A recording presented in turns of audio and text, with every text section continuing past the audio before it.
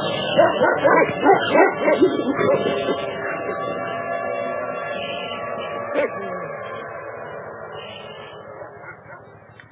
listening to The Hour of the Time. I'm Pooh. And I'm William Cooper. I pledge allegiance to the flag of the United States of America and to the republic for which it stands, one nation, under God, indivisible, with liberty and justice for all. Thank you. All right. I'll be in to tuck you in later. All right. Good night. Good night. Ladies and gentlemen, some incredible things are happening. On my answering machine today when I got back from the office was a message from someone I haven't heard from in a long, long time. And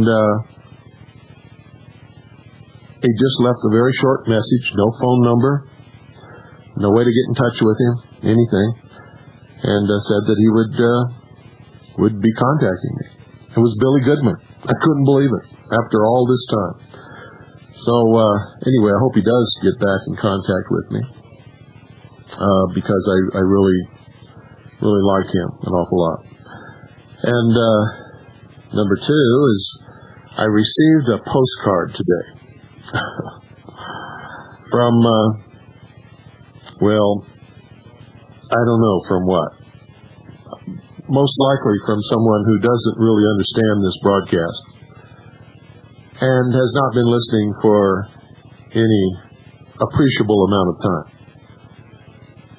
For he said, and I quote, "In the last few weeks, your show, The Hour of the Time, sucks. You've really gone downhill." And then he says the reason that it sucks is because I don't have Jordan Maxwell on, or Kathy O'Brien, or I don't do the Mark Kornke thing, which is 95% lies, 5% truth. And so I want to just set that record straight because I know that a lot of you new listeners don't understand that there are agendas being served. Quite a few agendas. On this broadcast, the purpose is to reveal the truth, to dig up the truth, no matter who it hurts or helps, even if it hurts me, even if it hurts you, even if it hurts your church, even if it hurts Bill Clinton, even if it hurts my own mother. If we're living a life of deception and lies, we're not living at all. Instead, we are puppets being manipulated by those who control those lies to serve their own agendas. So we don't do those things on this broadcast. And for most of you new listeners, you just don't understand at all that most of what's being aired on all of these other broadcasts, these so-called Patriot broadcasts, were aired on this broadcast years ago. This was the first radio broadcast ever to have Jordan Maxwell as a guest. I had him on this broadcast 3 years ago. But that was when he was trying to educate people about the deception of the priesthood of all different religions. Something has happened between then and now. He is now on a crusade to destroy Christianity. If he had his way, he would take away your right to even consider being a Christian. And he would do away with all Christians. And those of you who have been listening to him lately, you can hear that. See, when he was on this broadcast 3 years ago, he was educating. He was talking about what he had learned in his research about religion and about the pagan religions and Christianity and how the two had been merged in the early days of the Christian church. And when he was doing that, it was in line with what this broadcast is all about. So he was a guest on here. He's not doing that now. He's venom in his heart. He's out to hurt people. And he has an agenda, which is to destroy an entire religion. This broadcast is about revealing the truth to you, but not destroying you or your religion or any organization you belong to. We don't even want to destroy you if you're trying to create world government and destroy us. What we want to do is open your eyes so that you'll stop doing that. You can still believe in your church, still belong to your organization. And if after you've heard the truth about all these things, you still want to believe in that, even though that you know it's not true, it's okay with us, because we believe here on the hour of the time, in the intelligence service, in the Kaji News service, with Veritas, everything that I am connected with. We believe in freedom. Real freedom for all people, of all races, of all religions, of all ancestral origins. And if we reveal the truth to you and you don't like it, you don't want to listen to it, or you think it's not the truth, we're not going to bother you, and we're not going to set out to destroy you. We've done our job. We've given you what we have documented, or what we believe in our heart, and can generally prove is the truth. And believe me, ladies and gentlemen, sometimes the truth is elusive, so that it might open your eyes, and so that you might quit being manipulated and become a real free, maybe for the first time in your whole life, free person. I would fight and die so that you can have that freedom, so that you could worship at the altar of your choice, believe whatever you want, have the freedom of speech, have all of the protections of our natural rights guaranteed by the Constitution and the Bill of Rights. That's what this broadcast is all about. Most people don't understand freedom. You see, to most people, even most people listening to this broadcast as I speak, freedom means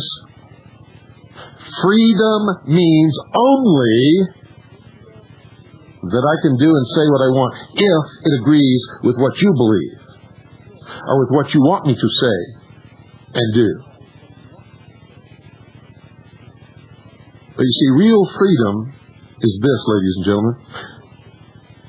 I'm free to do anything I want, period. Makes no difference, as long as I do not hurt the person or property of any other human being or break the law. And the law is created by the society in which we live.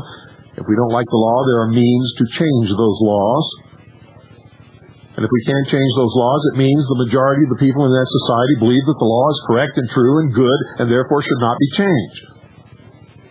That's why they're having such a hard problem getting the guns out of the American people's hands, is because the American people don't buy that jive. They know that when they give up their guns, they're going to be slaves. They're not going to do it. It's not going to happen. You see, if you send $1 in a self-addressed stamped business-size envelope, we'll send you a tape list. And you'll see that almost everything that's being discussed on any radio program in the entire country has already been covered on this broadcast years ago. And what we're covering now, the exposure of the lie of the master race of British Israelism, has never been exposed on any radio broadcast ever in the history of the world. Period. And yet you're ignoring that and sending me a postcard because you want to hear Kathy O'Brien. Kathy O'Brien is a liar. Barefaced, unmitigated, unabashed, unashamed liar. She has an agenda. Now, she says that she's never been able to sue the United States government because the suit is blocked by the National Security Act, and the courts rule that she cannot bring suit because of the National Security Act. She's a liar. You see, Kathy O'Brien has never brought suit against anybody, not the United States government, not anybody. And she will not bring suit against me because I can prove in 3 seconds flat in any courtroom in this country that she's a liar. And there's no veil of national security here. So if Kathy O'Brien is telling the truth, she's going to sue me tomorrow. I guarantee you, ladies and gentlemen, she will not sue me. She has never sued the United States government. Her whole story is a concoction, a barefaced lie. Yes, there is documentation that proves mind control experimentation, some of it absolutely horrible, beyond belief. And it's all been documented on this broadcast years ago and in my book, Behold a Pale Horse, before Kathy O'Brien or anybody else ever came on the scene. And that includes her sidekick. They claim they have thousands and thousands and thousands of pages of documentation, yet they will not release that documentation to anybody. They just give you a little bit. What is the little bit they give you? The same little bit that people have always had, that have studied mind control for many, many years. The same information that I've revealed to you on this broadcast and many others have revealed in their books and on broadcasts about mind control. Kathy O'Brien is an unmitigated, barefaced, unabashed, unashamed liar.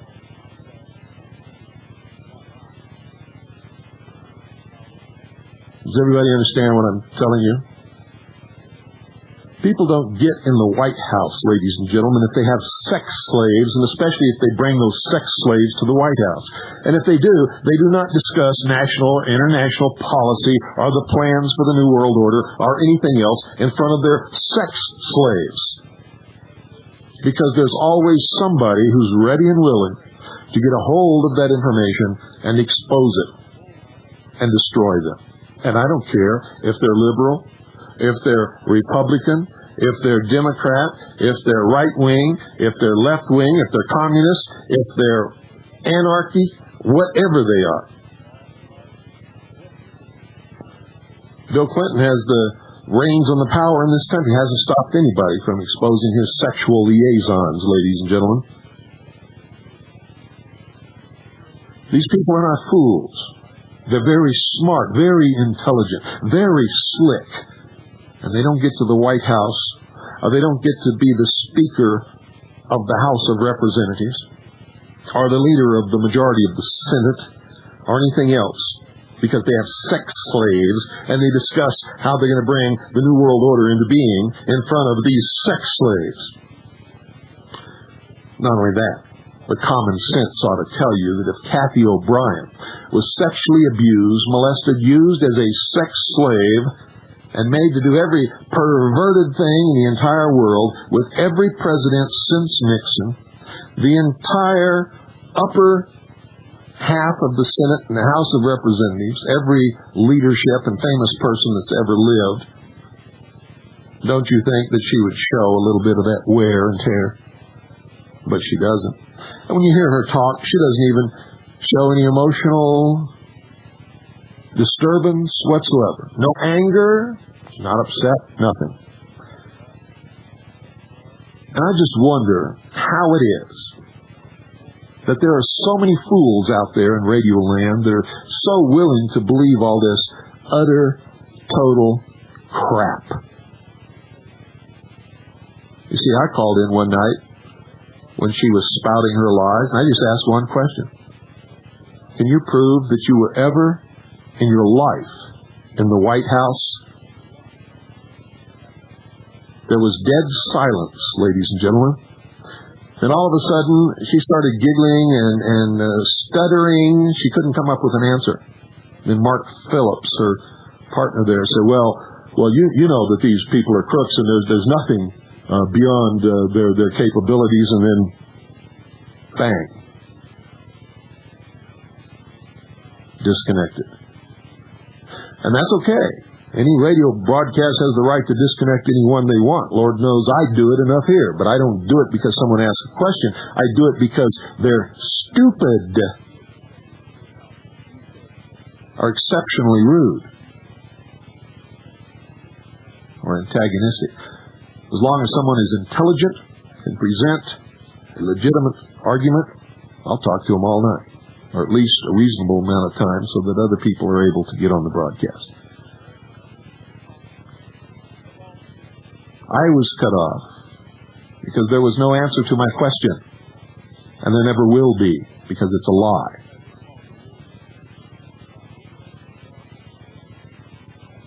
You can take her book and pick it apart piece by piece. It is a conglomeration of lies. I don't know what Mark Phillips' story is. I don't know why he's hooked up with Kathy O'Brien. But I will tell you this. Kathy O'Brien is a liar. She's a scam. She has an agenda.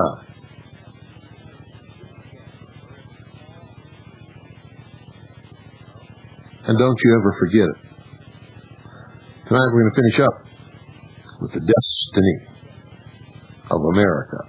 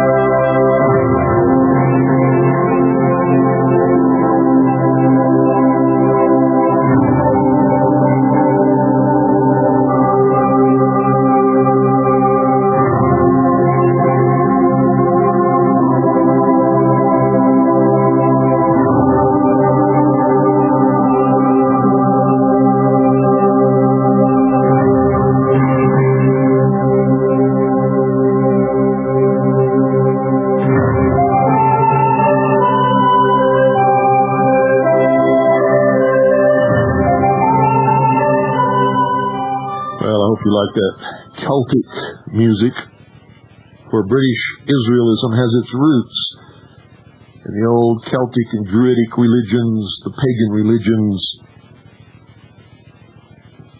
of the Anglo and Saxon and Teuton regions of Europe. Nobody ever heard of the word Aryan. They were the Teutonic tribes, the Celts. They were the Gauls. They were the Druids. Until Helena Blavatsky came along and connected these tribes to a supposed Eastern race called the Aryans. Supposedly the Indian, not the Indian of the United States or of the American continents, but the Indian of India, whom, ladies and gentlemen, are not white. But yet the Aryans were supposed to be a pure white race, superior to all other races, that founded, created, and nourished civilization. And none of it is true. It's a heady offering for anyone who is willing to believe it, for anyone who is so insecure within themselves that they need desperately for someone to tell them that they're worth something, worth more than anyone else, that they are elevated indeed above all other races and peoples of the earth, and that they are truly the master race who have been promised to inherit the world.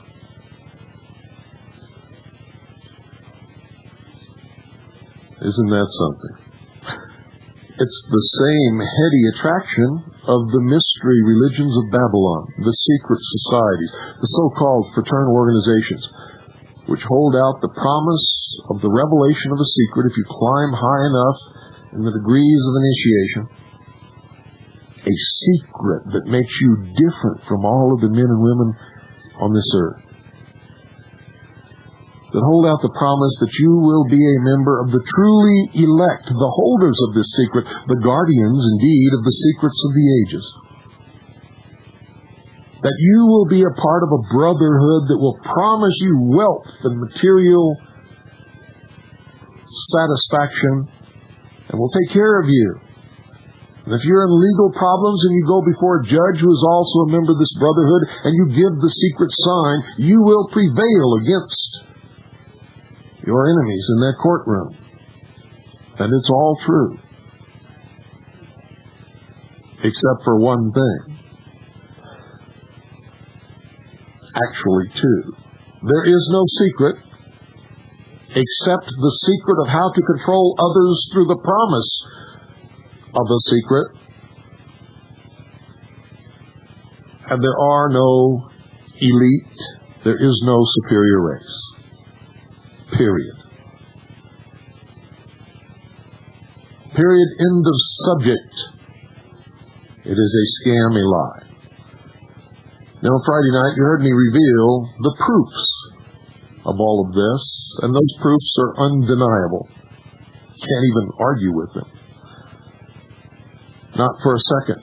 All you can do, if you want to hold on to these imagined delusions of grandeur, is to dismiss them arbitrarily and continue to quote the old deceptions. And many people will do that. For some people are so ingrained in this doctrine and so established in the community of those who believe in this doctrine that for them to stand up and admit that they were wrong and to reject it outright would mean terrible consequences. They would lose most or all of their friends. They would be ostracized by the community. They would be excommunicated by the church. If they owned or operated a business, they would lose their business and their family would be put in the poorhouse or out in the street. And you all know what I'm talking about because you've all seen it happen over and over and over again. And you would be hounded and persecuted by the priests and the elders of these religions until you had to flee utterly for your very life and your very existence. And some who have found themselves in this situation have even been murdered over the years because they refuse to flee, refuse to back down, and refuse to recant their rejection.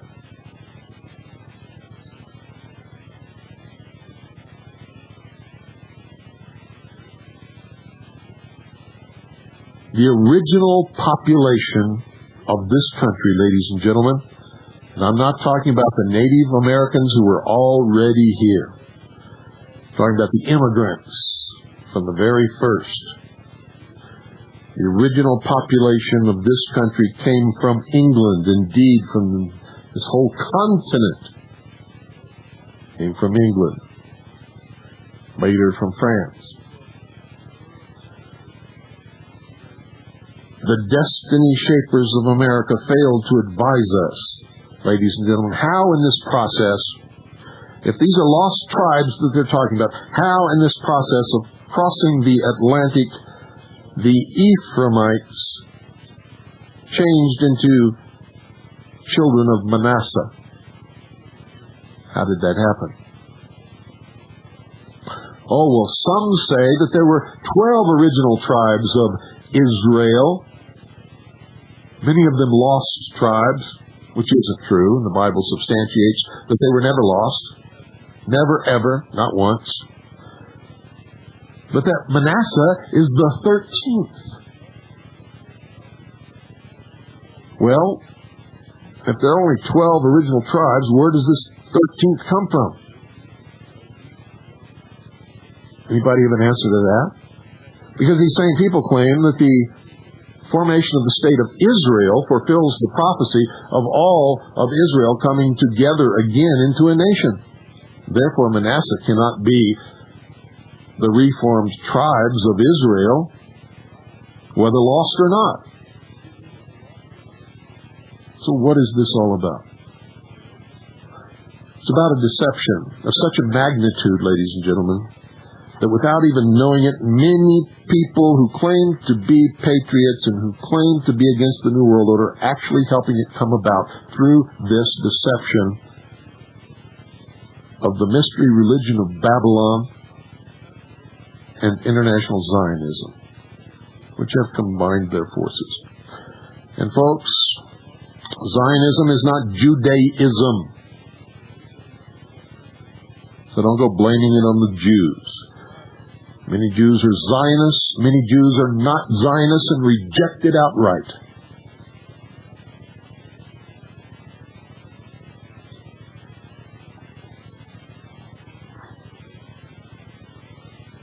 I hope you understand that.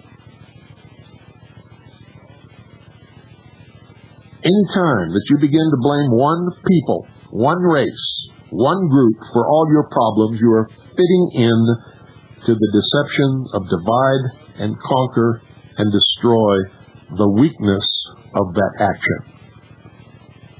They have succeeded in splitting this country into so many groups, so many religions, so many organizations, so many this, so many that. But I'm going to tell you right now, if you really want to know the truth, there is very little of America as it has ever been known to be left, if any at all. And there's going to be an ultimate conflict, whether it be peaceful or with the force of arms, depends upon how many people we are able to awaken in order to form a political consensus that will take the hands out of these manipulating power grabbers so that they have to drop the power into our hands and let us restore freedom to all peoples.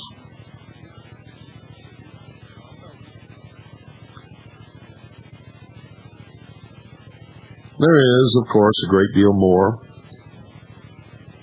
and it's extremely interesting study, an interesting talk, conversation, if you can converse with someone who is intelligent enough to be able to converse, rather than argue dogma.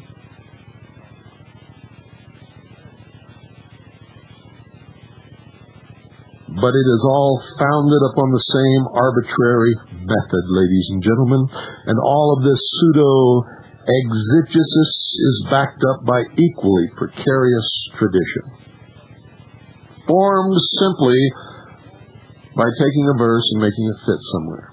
Or if you can't make that verse fit somewhere, you take a historical event and find the verse that will fit it, taken out of context, and without any attention to any other verse, tracts, chapters, whatever. So beginning with Esdras in his second book in the Apocrypha, we know that, quote, "The 10 tribes took this counsel among themselves that they should leave the multitude of the heathen and go forth into a further country, that there they might keep their law which they had never kept in their own land. And they passed by the way of the Euphrates." End quote. This is confirmed, folks, by Josephus, who wrote AD 70, quote, "The 10 tribes are now beyond the Euphrates and are an immense multitude." End quote. What became of them? 10 tribes? Well, according to these British Israelites, there were 12 tribes. But when you're talking about the 12 tribes, then Manasseh becoming the 13th, what you're doing is really recounting the story of the zodiac and the sun, the 12 houses and the sun, the 12 disciples and Jesus. The same old story throughout the history of the world.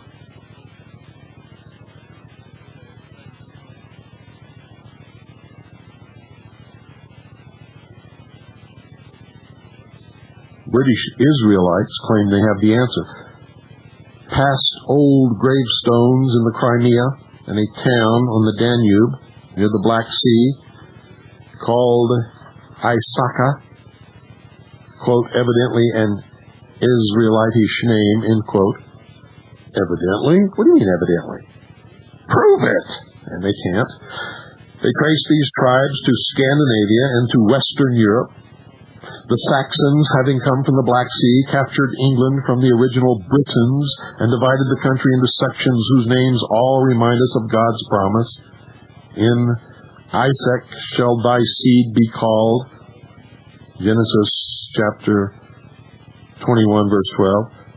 For they are Sussex or South Saxon, Essex or East Saxon, Middlesex, etc. And this is all what they say. It's not really what happened in history.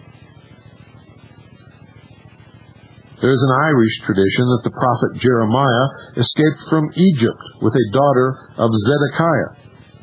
The last and by the way, illegally appointed king of Judah. These two first reached Spain and later Ireland. They say, here this female descendant of David, entitled to David's throne only by favor of Nebuchadnezzar, married an Irish tribal chief or king between BC 580 and 565. From then on, the line of David is continued, first in Ireland, then in Scotland, and England. And at the same time, they have this other story, that Joseph of Arimathea have this other story that says the same thing with different names. That Joseph of Arimathea took Mary of Magdalene, who was really, according to this story, the wife of Jesus, and her children, the children of Jesus, to Scotland and Ireland. And from there arose the Merovingian line of kings, descended from the house of David, because Jesus, as the Bible says, was a descendant of the house of David. And so his progeny would also be. Think about that.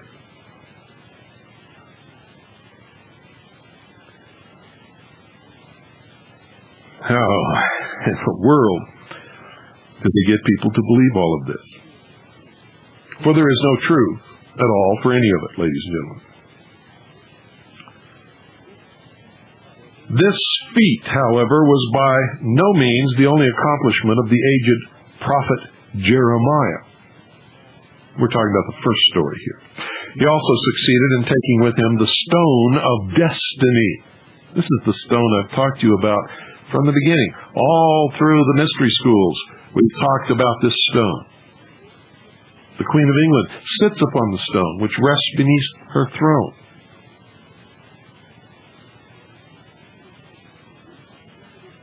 He succeeded in taking with him the stone of destiny. It should be borne in mind, namely, that Jacob, when departing from Bethel, had taken with him the stone which he had used for a pillow as a token of the divine presence, and on his deathbed had referred to it when, according to Genesis chapter 49, verse 24, he had said concerning Joseph, "From thence is the shepherd, the stone of Israel." This same stone went with the Israelites into the wilderness. Paul referred to it in 1 Corinthians chapter 10, verse 4. The rock followed them. But just look that up in its context and you'll see it does not mean what they say it means. And can you remember in the New Testament, Jesus said, "Upon this rock I found my church"? Same stone, and he wasn't talking about Peter.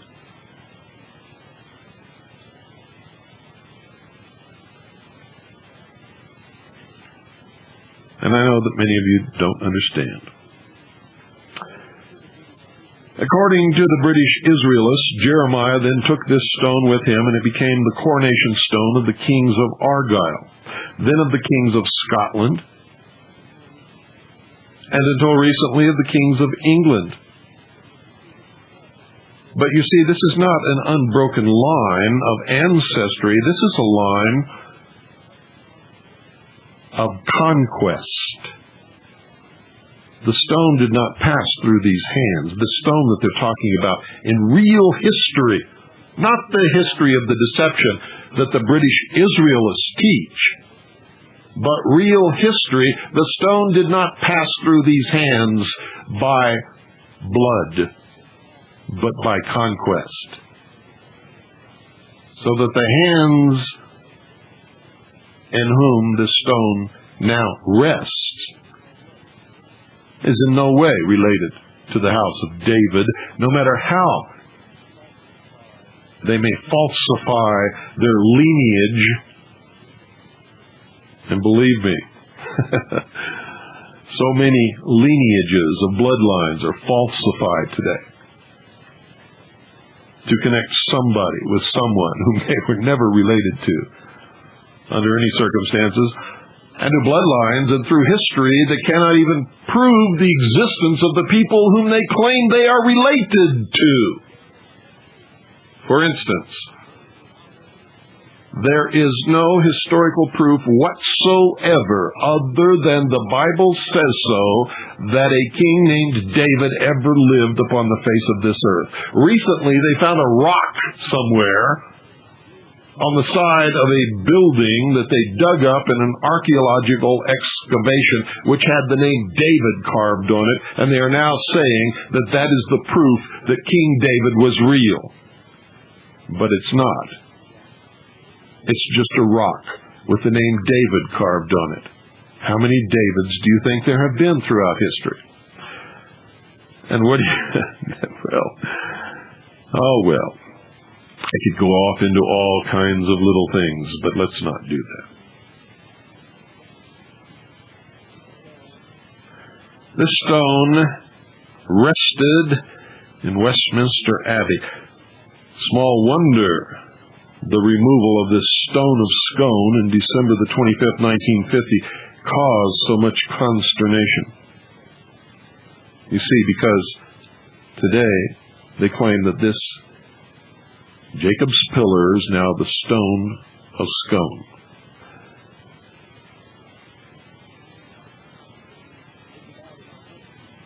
There's about as much historical evidence for all of this as there is for the alleged story which claims that there is among Roman Catholic relics the stone upon which the rooster stood when he crowed at Peter's denial of his Lord, or for that matter, for the feather that dropped from the wing of the angel Gabriel when he announced the Savior's birth to Mary.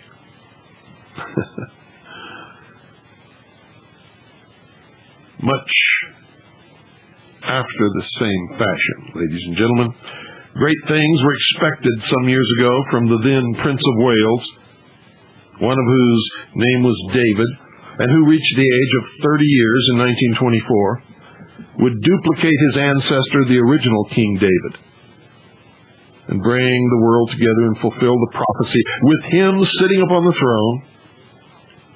But Prince David, meanwhile, having become King Edward VIII, abdicated from the throne of Judah and Israel, British, in favor of the woman he loved. That's his exact words, quote, "the woman I love," end quote. And the Duchess of Windsor proved a spoke in the wheels of Anglo-Israeli exegesis. You can't look within the narrow confines of this brief 2 nights in the various other angles of the strange theory which is said before boasts at least 2 million adherents worldwide, such as the fact that anthropological and racial studies and comparisons have refuted the British Israel assertions concerning the racial peculiarities of the English and British as thoroughly as those of the Mormons that the American Indians are the Lamanite seed of Jacob. It's all false, all a lie. And many people believe it, and that's why they call it religion.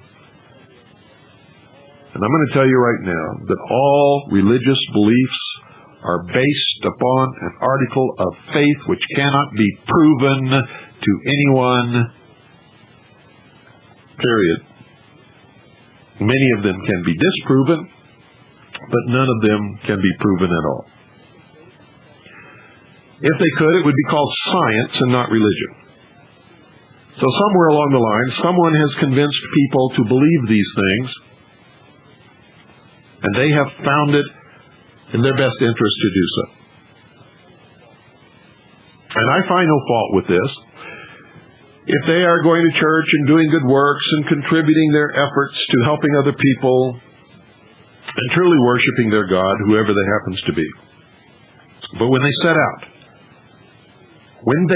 to become superior than the rest of us and enslave the rest of us in a new world totalitarian socialist order, that is where the line must be drawn, and these deceptions must be exposed, because no longer are they harmless No longer are they exercising their right to practice their own religious beliefs, protected by the Constitution, but they are then infringing upon the rights protected by the Constitution and given to us by God of every other person upon the face of this earth.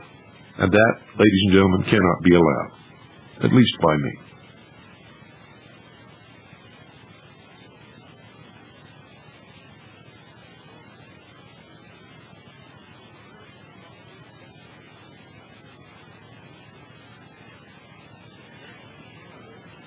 So again, I want to reiterate that by this little expose of Friday night and tonight,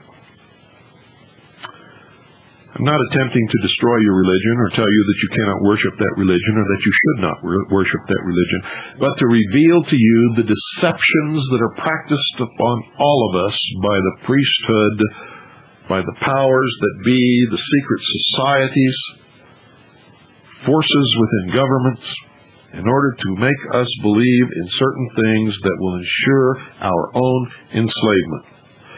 And ladies and gentlemen, I'm going to tell you that all major organized religions today are involved in this deception. I don't care what you call that religion. I don't care what part of the world that religion exists at. I don't care who belongs to it. It is true.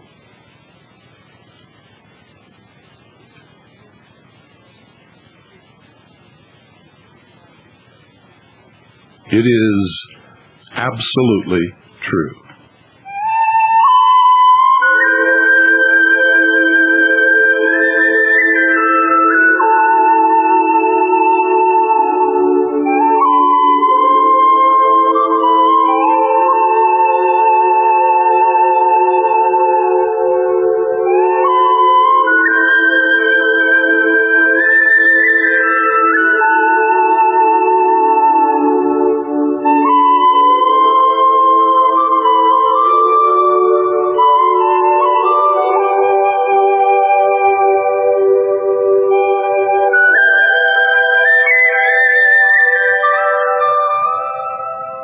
In Jesus' day, he would have called these manipulators, these deceivers, and these liars Pharisees.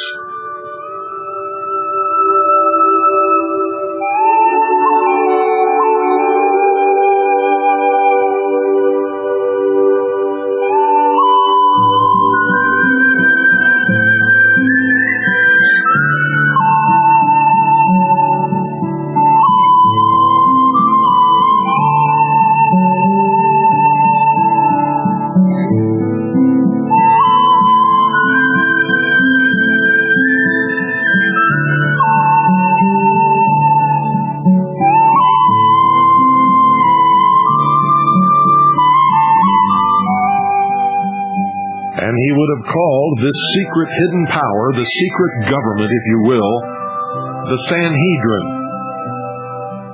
For in those days, that was truly the power behind the throne. The power which the king dared not go against.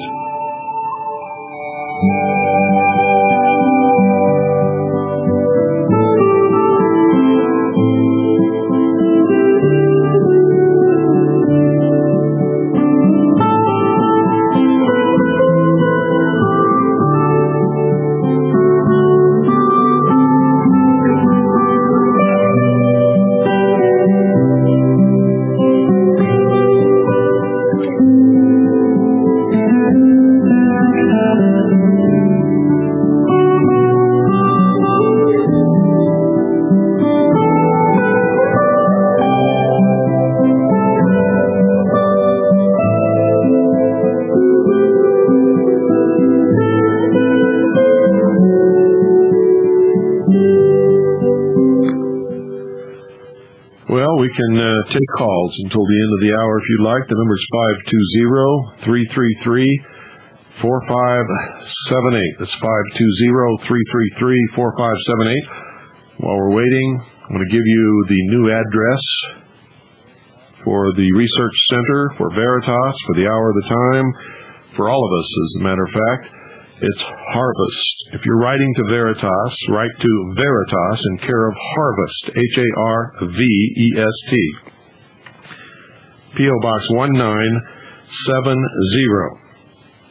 That's P.O. Box 1970. Eager, spelled E-A-G-A-R. That's Eager, spelled E-A-G-A-R, Arizona, 85925. Once again, the zip is 85925.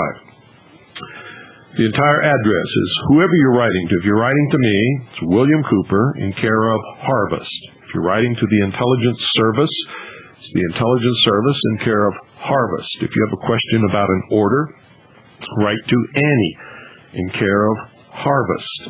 If you're writing to Veritas, write to Veritas in care of Harvest. P.O. Box 1970, Eager, spelled E-A-G-A-R, Arizona, 85925. If you need to call Veritas about a subscription, about submitting an article, about anything about Veritas, this is the only number that you can call. If you call any other number, you're not going to get any help, and you're just going to be told that you have to call this number. The number is 520-333-5661. That's 520-333-5661. If you're calling for any other reason, also that number that I just gave you is the fax for all of us. If you want to send a fax to any of us, that's the number. You can only call that number and talk to people about Veritas, nothing else. And you can't talk about Veritas on any other number that I'm going to give you. But if you want to fax to any of us, that's the number that you must fax to, and it will automatically be switched to the fax when the phone picks up and hears the fax tone. So that's 520-333-5661. If you want to talk to me or discuss CAGI business or intelligence service or orders or anything like that or the hour of the time, you call 520-333-5691. That's 520-333-5691. Good evening. You're on the air. Hello. My name is Scott. I'm calling from Daytona Beach, Florida. Hello, Scott. First I want to say that I agree thoroughly with what you said about Kathy O'Brien and that Maxwell. As a matter of fact, I even wrote a letter to a program that was having Kathy O'Brien on quite a bit and said almost verbatim what you said on the air. You can tell by the way the woman talks that she's lying, because in fact, if she'd had the experiences that she had, then why does she spend so much time talking about things that are not part of that experience, like the New World Order and brainwashing techniques? She wouldn't know those things. That's correct. And as far as Maxwell, he pretends to know more than he does, because I'm a student of ancient languages. That's also correct. And you're very astute for recognizing that. Yeah, he's claimed some etymologies that are utterly false. Yes. Most people would never know that. However, I would like to point out some errors that you've made in your program tonight. Now, at the beginning of the program, you identified Anglo-Saxon with Celtic, and of course those are two different groups. No. I mentioned several groups. I mentioned the Teutonic tribes, the Celts, and the Druids, and the Gauls. Okay, They all make up what are known today as the Anglo-Aryan British Israelite conglomeration of races. Of course, Japan wasn't included in there, which the British Israelites do include Japan as a part of their master race. Okay, well, I'll put that aside for the second. I can't, because it's pure bullshit and it's part of their dogma. You can't put it aside. Something else first, all right? Go ahead. Now, I have... But your assertion that I said that what you said is not true. I included all of those tribes and ancient religions that are the main players in my opening remarks. Well, now, I have studied Sanskrit, and I am aware of the fact that Erin, which is, of course, the Gaelic name for Ireland, is etymologically... Erin is not the Gaelic name for Ireland. I just looked it up in the dictionary. Aaron is not the Gaelic name for Ireland. Aaron in the Hebrew tongue literally means the priesthood. Has nothing to do with Ireland. Well, that's probably a completely different word. I just looked it up in the dictionary. No, it's not a different word. I've been all through this many different times. But go ahead and finish your... Professor of Sanskrit told me that Aaron, or air, which is a different version of it, is etymologically related to the word Arya and also to Iran. They're all the same root, right? And so, in fact, the Aryans of India are related to the Aryans of Europe. And you say that they look completely different. Well, yes, a lot of them do because of racial mixture. But if you look especially at a lot of the people from Punjab, there's a television program. I was in Toronto. They have a lot of multicultural programming on television. One of the programs on is a Punjabi program, and the woman that hosts it is the most Nordic-looking woman you would ever want to see. So I think that's... Well, now, wait a minute. That's like saying that in England, there's someone hosting an English program who looks like they came from India. How do you know what her ancestral origin is? Well, do you know what her ancestral origin is? I think it would be highly... No, wait a minute. Do you know what her ancestral origin is? You're citing her as proof. All right, okay, well, just for argument, I'll say, okay, that's only one example, but No, good night. You see, folks, it never fails. When it comes down to really intelligently debating the issue, they can't. They fall back on the most unbelievable bullshit that I've ever heard in my life. Saw somebody on television in India who had blonde hair and blue eyes, and that's proof. Bullshit! Good evening, you're on the air. Yes, Mr. Cooper. Talk about British Israelism. And I think you're trying to make a glancing hit on identity. No, I'm not trying to make a glancing hit. Oh, wait a minute. We just lost the satellite, so we got to get back on satellite, folks. Hold on.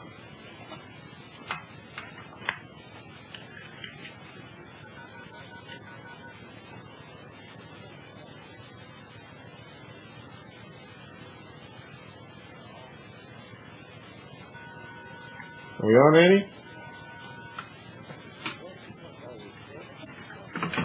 Well, it's just like always, folks. When we're talking about something that really gets to this New World Order crowd, they knock us off the satellite. And that's what happened tonight. No, I'm not trying to make a roundabout hit on Christian identity. I'm making a direct hit on Christian identity. I don't mince words, and I don't sneak around by the back door. And also, you don't look at history. I look exactly at history. I cited history tonight many times. I cited the proof. Now, argue the proof. Argue intellectually the points of proof, if you can. By faith, Mr. Cooper, or by sight? Pardon? You claim to be a Christian. Do you live by faith or by sight? What are you talking about? How many different churches of Christianity are there? Well, there are many. How many? I have no idea. That's what I thought. How many of them are there that are different, that believe that they are the only ones in this world that are right? It doesn't matter. Yes, it does. Every one of them do. Here's what history... There are thousands. Well, let me tell you something. There are thousands of these splinter groups of Christianity, all teaching a different dogma, a different interpretation of scriptures, all claiming that they are 100% right. They have no historical record to fall back on. What are you talking about? Every one of them can cite historical record. What historical record can you cite?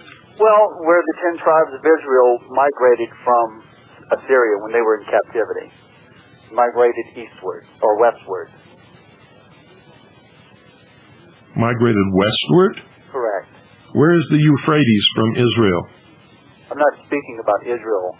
Where is the Euphrates from Israel? That's where they started from when they migrated. In captivity in Assyria. Good night. Here's another guy that doesn't know his history. They migrated from the Middle Eastern Israel, Palestine area, crossed the Euphrates. It wasn't west, my friend. It was east. Of course, you wouldn't know that because you're blindly parroting what you've been taught. You have no conception. You probably never even looked at a map of the Middle East. Good evening. You're on the air. Yeah. Hello, Bill. This is Fred from Fresno. I'm calling from KDNO Country. Hi, Fred. I read your book. Richard Palmquist, one of my favorite people. Yes, he is. A man with guts. Yes, he is. I had a question about your book that I was a little curious about, Operation Rainbow, where you spoke of the supposed UFO beings having videotaped the crucifixion of... No. What I said is I saw documents that said that these things happened. And Project Rainbow was supposedly an experiment that had nothing to do with what you're talking about. It was the United States government experiment in time travel, and I have no idea whether it was actually ever performed, whether it was successful, or whether it failed. And there was no more information on it then? Well, there may be, but I never saw it. You never saw it? No. That was my question, Bill. Thank you very much. You're very welcome. And that does it for tonight, folks. Well, maybe. No, I can't. We're just down to the wire, and we've got to... once again, we've got to go. Good night. And God bless each and every single one of you.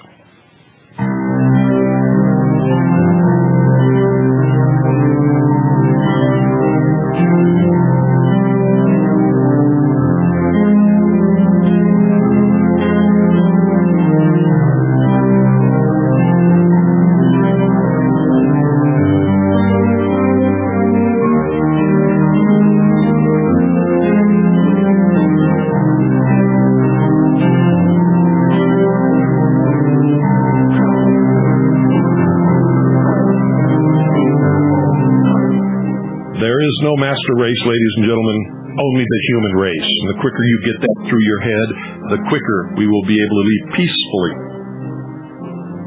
all other people alone and enjoy life upon this earth and stop manipulating and stealing and taking freedom and enslaving. Don't buy into the deception.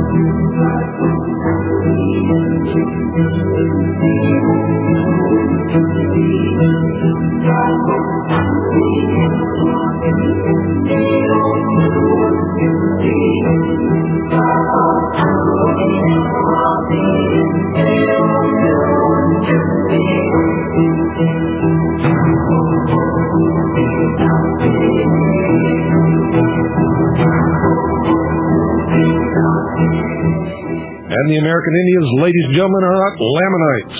If you don't believe me, ask them. They'll tell you.